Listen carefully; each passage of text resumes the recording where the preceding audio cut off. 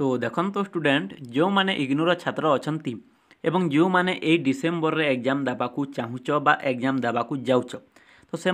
गोटे बहुत बड़ खबर अच्छी कि से जो फॉर्म फिलअपटा अच्छी ठीक अच्छे फॉर्म फिलअपटा अच्छी ताहा वर्तमान स्टार्ट हो सारी अच्छी। तो मुझे आपन को गोटे किसी डिटेल्स देवाक चाहूँगी जमती कि किसी पिला अच्छा जो मैंने जुलाई रे दे पारे ना ठीक अच्छे जुलाई रे जे मैंने एग्जाम दे पारे ना तो से गोटे खबर कि से एग्जाम को दे पारे ठीक अच्छे। सपोज आपड़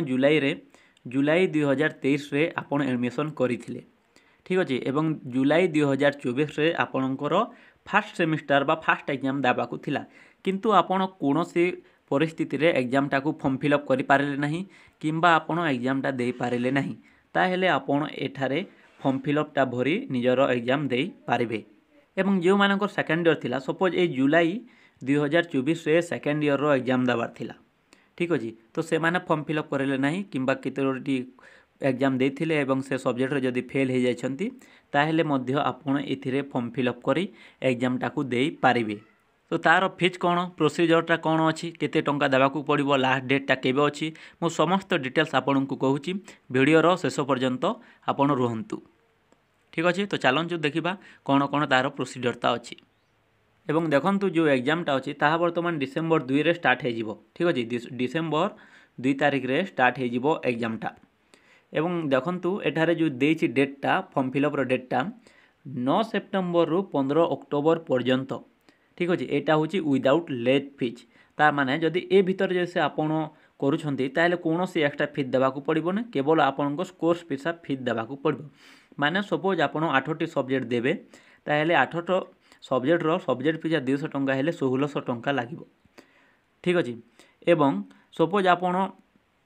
कोनोसी जुलाई रे आपण जैसा बैक लगी जो माने जुलाई सेक्शन रो अछंती से मानको जैसा बैक लगी 5टी सब्जेक्ट जदि बैक लगी से माने 1000 टंका देबे गोटे सब्जेक्ट पिछा 200 4टी सब्जेक्ट रे लगी 800 टंका किंबा 2टी सब्जेक्ट रे लगी बेले 400 टंका दे एठार फॉर्म फिलअप कर एग्जामटा दे पारिबे। एवं जो मानकर प्रैक्टिकलटा अच्छी ठीक अच्छे जो मानकर प्रैक्टिकलटा अच्छी से मानकर फीज एक्स्ट्रा लगे प्रैक्टिकल फीजटा देखंतु जो मानकर 4टी प्रैक्टिकल अच्छी है सपोज 4टा सब्जेक्ट प्रैक्टिकल अच्छी तो से मानकर गोटे सब्जेक्ट पिछा 300 टंका लगे एवं जो मानकर 4टी ऊपर अच्छी है से मानकर गोटे सब्जेक्ट को 500 टंका निया जाए चार्ज ठीक अच्छे। एवं देखंतु जदि आपण लेट रे ऑनलाइन करंती सपोज आपण 16 अक्टोबर रो परे ऑनलाइन करिवे माने फॉर्म फिलअपटा करिवे ताहले आपण को एक्स्ट्रा फीज लागिवो ठीक अच्छे आपन को एक्स्ट्रा फीज लगे सपोज 8टा सब्जेक्ट रे जदि आप 1600 दौरान ताहले ताठारो अधिक लगे जैसे आप लेट रे करती एवं जो मैंने प्रैक्टिकल वाले अच्छा से लेट लगे। तो यार ऑनलाइन केमिति करेंगे आपन निजे या ऑनलाइन करें जदि आपणकर जो लॉगिन आईडीटा आप जानते जो थाए गोटे एनरोलमेंट नंबर थाए सेठारे आपन एटा लॉगिनटा करिकी आपन निजे या ऑनलाइन करें जो जो सब्जेक्ट आपन को देवार अच्छी से सब्जेक्ट को क्लिक करी पैसा ऐड करदेवे एठारे कोनोसी एमती फीज पेमेंट रे कोनोसी एमती